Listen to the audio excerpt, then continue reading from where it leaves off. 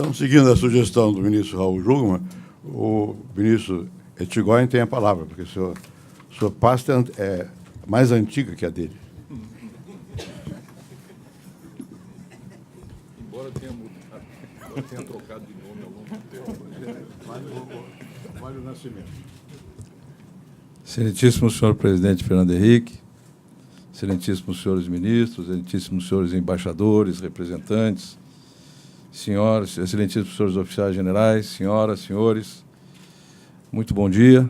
É um convite profundamente honroso e que eu aceito com muita preocupação pelo desafio que ele representa. Obviamente que a minha leitura do Tratado de Não Proliferação e de suas consequências terá sempre um peso da minha formação militar.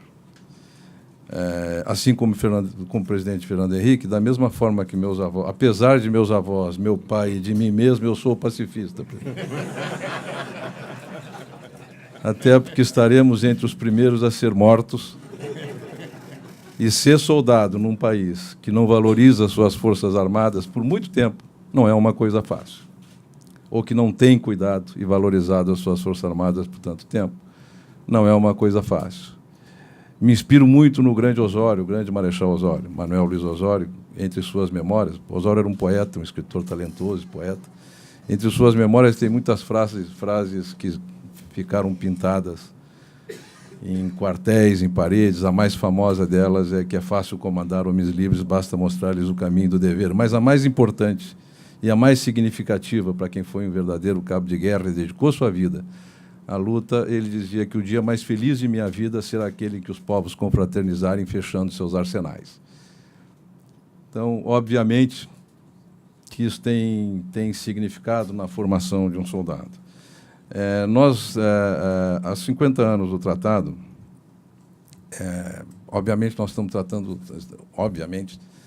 lidando com um fato existente, né, consumado, que é a assinatura do tratado, e lidar com as suas consequências. Quanto à conveniência de ele ter sido assinado ou não ter sido assinado naquele momento, antes ou depois, é um exercício de análise histórica de um momento histórico que muito próximo ainda de nós, e que certamente não tem ainda todas as luzes, todas as faces, todas as perspectivas analisadas para que se tirem as melhores conclusões dele.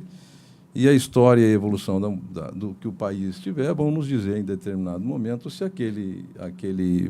aquela decisão atingiu os elevados objetivos, eu não tenho dúvida quanto a isso, que conduziram o presidente Fernando Henrique e o governo naquele momento a assinar. Da perspectiva militar, o armamento nuclear significa a única... Vejam bem, eu sou adepto fervoroso da não proliferação. Muito mais. Acho que a lógica que sustenta o armamento nuclear, a lógica que sustenta o arsenal nuclear e a lógica que sustenta um país nuclearmente armado é filha da mesma lógica que sustenta o terror.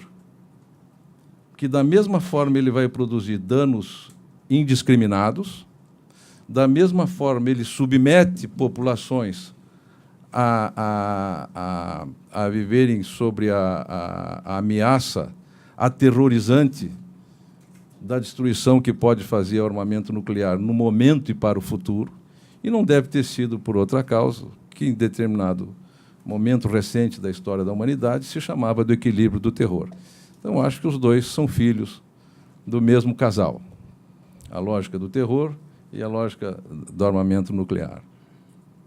Então, isso está fora de questão. A não proliferação e o banimento dos arsenais nucleares está fora de questão. Mas, da perspectiva militar, a única possibilidade que resta a um país ameaçado como dissuasão é impedir a concentração de forças próximas a ele ou que possam marchar sobre o seu território. Lembre-se dos dois últimos grandes episódios, dos dois últimos guerras do Iraque, as duas últimas do Oriente Médio, 90 e, mais recentemente, em 2003, março de 2003. Ou seja, o esforço de concentração de todo o aparato militar da aliança que invadiu o Iraque jamais teria sido possível se o Iraque dispusesse de armas nucleares de pequena capacidade. Jamais teria sido possível. E é por isso que o Irã brigou tanto para preservar o seu programa militar. Então, essa capacidade de dissuasão, ela tem que ser entendida na medida do risco que cada nação identifica para si mesma. O risco que identificava o Irã, o risco que identifica Israel, o risco que identifica a Coreia, o risco que identifica o Paquistão, o risco que identifica a Índia, justificam, na perspectiva deles, a preservação desses arsenais. Eu não imagino que essas nações, abdiquem das suas armas, dos seus arsenais nucleares, voluntariamente, enquanto esses riscos persistirem. Então, a estrutura que sustenta, a lógica que sustenta a confrontação nuclear, ela é anterior à arma nuclear. Ela é mais séria e mais ampla do que simplesmente discutir a existência de arsenais nucleares. Na medida em que as ameaças e as opções militares continuarem na mesa para imposição de interesses e para resolução de questões, a arma nuclear continuará sendo considerado por aqueles países que acham que ela é uma perspectiva e ela é uma solução, que acham que ela seja uma solução e uma perspectiva para resolvê-la. O Muro de Berlim, que o meu querido amigo embaixador Marcos Galvão citou, ele fisicamente acabou lá atrás, mas continua preservado em algumas discussões, em algumas visões do mundo que nos dividem nisso e tristemente preservado onde não se imaginava que pudesse estar. Esse momento de adesão ao TNP, em que nós já tínhamos firmado na Constituição, tínhamos a ABAC como uma solução inovadora, única, exemplar, né? uma base. A assinatura do TNP ela coincide no Brasil, e aí é a minha grande crítica ao TNP. Vejam bem, a assinatura eu estou considerando um fato consumado e que a história, mas ao desenvolvimento que vem, e isso é um problema nosso, brasileiro, ela coincide no Brasil ao monumental desinvestimento da área nuclear. Nós que tínhamos avançado cientificamente, tínhamos capacidade tecnológica, tínhamos capacitado gente, hoje nós temos um gap enorme de capacidades individuais, de gente capaz de prosseguir com o nosso programa nuclear de natureza pacífica. Esse desenvolvimento, esse desinvestimento, que coincide com o TNP, como se e aí voltemos ao Muro de Berlim, que ainda está intacto em algumas cabeças, ele foi entendido como energia nuclear significa confronto nuclear. E nós geramos uma monumental clivagem social no Brasil. Isso não é discutido. Ou seja, o Brasil é um país tão injusto, presidente, é um país tão socialmente desequilibrado, que nós que temos plano de saúde privado, temos acesso à medicina nuclear. E os 75% de brasileiros que não têm plano privado entram numa fila que, quando chegar o momento dele, pode ter passado a oportunidade de fazer o tratamento. Isso é exatamente de uma visão ideologicamente distorcida dos recursos nucleares, de um desinvestimento histórico e de uma demagogia monumental do que seja inclusão social. É o momento mais vulnerável de uma pessoa, quando ele está, imagino, diante de um médico na perspectiva de uma doença que pode lhe levar à morte e que tem solução. Uma vez eu ouvi de um médico dizendo que ele não tinha nenhum problema com ser oncologista porque ele tratava da única doença crônica que já se encontrou cura. E é verdade. Muitos hoje são perfeitamente curáveis. E nós não conseguimos alcançar para 75% da nossa população porque desinvestimos nisso. Então, o apoio crítico ao TNP, que se referiu, volto ao embaixador Marcos Galvão, me parece bastante razoável como perspectiva de tratamento do problema. Mas vamos ao TNP. O TNP, obviamente, congelou uma situação, a expressão congelou o poder, e ele é exatamente o que ele pretende ser no seu título, um tratado de não proliferação. Porque, apesar de tratar da extinção dos arsenais, do banimento das armas nucleares, não se avançou nada nisso, muito pelo contrário. Muito pelo contrário. E ele não traz nenhum mecanismo para que isso se resolva. Ele joga para novos tratados, para novas perspectivas, metas sem datas, sem números, sem nada, para que um dia a humanidade ache que está na hora de terminar com isso e resolva. Ele se baseia em 3 pilares, como todos sabem: a não proliferação de armas nucleares. Eram 5 países nuclearmente armados, somos 9. Então não produzimos um mundo mais seguro. Pelo contrário, ainda mais se nós levarmos em conta a natureza dos regimes de alguns países que são hoje detentores de armas nucleares. E não só a natureza dos regimes, como as circunstâncias geopolíticas de alguns países que são hoje detentores de armas nucleares. O segundo pilar é o desarmamento nuclear. E lá no artigo 6º ele diz: cada parte deste tratado compromete-se em entabular de boa-fé negociações sobre medidas efetivas para a cessação em data próxima. Essa data próxima era de 1968 e não temos ninguém entabulando nada, muito menos de boa-fé. Para continuar, o outro pilar é o desenvolvimento pacífico de tecnologia nuclear. No seu artigo 4º, o mesmo tratado diz: nenhuma disposição deste tratado será interpretada como afetando o direito inalienável de todas as partes do tratado de desenvolverem a pesquisa, a produção, a utilização da energia nuclear para fins pacíficos. É um direito inalienável, mas que vem sendo negado, restringido, bloqueado por diversas ações diretas e indiretas, de pressões internacionais, de organismos internacionais, para que não entre um novo agente no mercado que é altamente lucrativo e que pode alavancar o nosso desenvolvimento em cima do uso pacífico. Ou seja, quanto ao uso pacífico da energia, quanto ao banimento de armas nucleares, é ponto pacífico, isso não se discute. O que se discute é quanto ganhamos até aqui com a assinatura feita lá atrás, além da fotografia na galeria dos bem-comportados.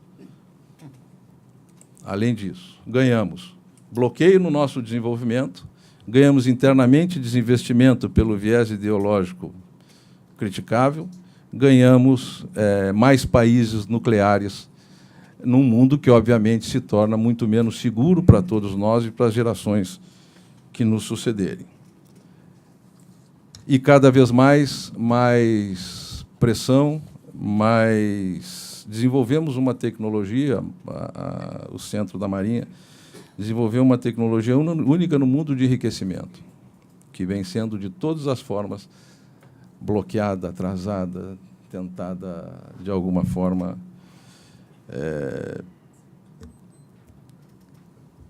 ser entendida ou capturada aí fora. Estima-se que os estados nucleares têm um conjunto 14.950 artefatos nucleares, o que é possível destruir o mundo muitas vezes, e nós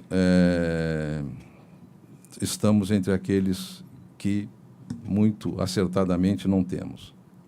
Não há nenhuma previsão de que esses países venham a se desarmar. Não existe nenhum sinal no horizonte de que eles venham a reduzir qualitativamente os seus arsenais. Quantitativamente, óbvio, até porque algumas perdem a data de validade, para usar uma simplificação. Mas, qualitativamente, o presidente Fernando Henrique acabou de mencionar o recente anúncio russo da criação de que tem uma superarma, que essa é possível chegar em qualquer ponto.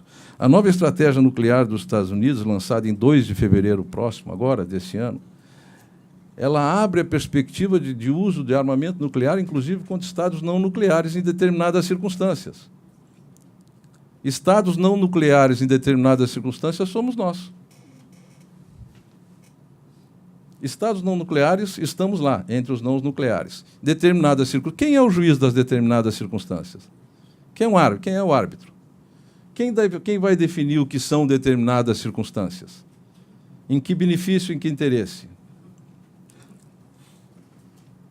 O presidente Vladimir Putin anunciou, e a estratégia determina o desenvolvimento, mais ainda a estratégia americana, determina o desenvolvimento de capacidades nucleares novas. Os Estados Unidos não irão retificar o Tratado de Proibição dos Testes Nucleares, banimento total dos testes nucleares.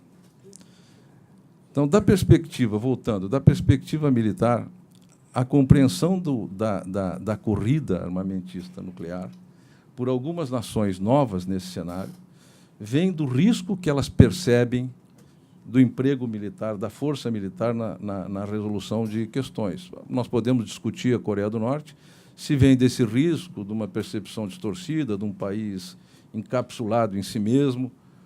Encapsulado em si mesmo é uma bela figura, hein, presidente? Muito bem. A cavalaria, às vezes, tropeça intelectualmente. Um país que se isolou e praticamente não tem diálogo com o mundo. E pode não encontrar. Como não tem diálogo, obviamente, define, escolhe a velha técnica de escolher os adversários externos, que nós estamos vendo aqui muito próximo na nossa fronteira. A grande realidade é que nós vivemos hoje num mundo em que muitas novidades coincidem e convivem com as quais nós, por exemplo, o Brasil, nunca vivemos. Nós nunca tratamos dessa questão. Nós nunca estivemos sobre a ameaça de uma invasão iminente, nós nunca estivemos sobre a ameaça de uma concentração de forças na nossa fronteira. Conseguimos construir um modelo de relações internacionais que produziu uma região do mundo pacífica, absolutamente pacífica, harmônica, até agora um pouco turvada pela questão da Venezuela. Mas vivemos num subcontinente em que as armas nucleares não existem, as disputas militares são questões do passado e que refletem nos mapas que nós estudamos as mesmas soberanias e fronteiras que estudaram nossos avós e que estudam nossos netos, aqueles que temos. Basta que nos lembremos quantas Europas nós tivemos que estudar nos últimos 20, 30 anos. Quantas capitais novas tivemos que decorar. Quantas nações nascem na Europa, na África, na Ásia, não precisamos dizer, com toda a fragmentação da União Soviética. E aqui não. Aqui a América do Sul continua tendo as mesmas... A grande novidade, desde a primeira vez que me apresentaram para um mapa da América do Sul, são duas novas soberanias, Suriname e Guiana. O resto, não mudamos. A Iguaporé, presidente. Naquela época, Rondônia se chamava Iguaporé.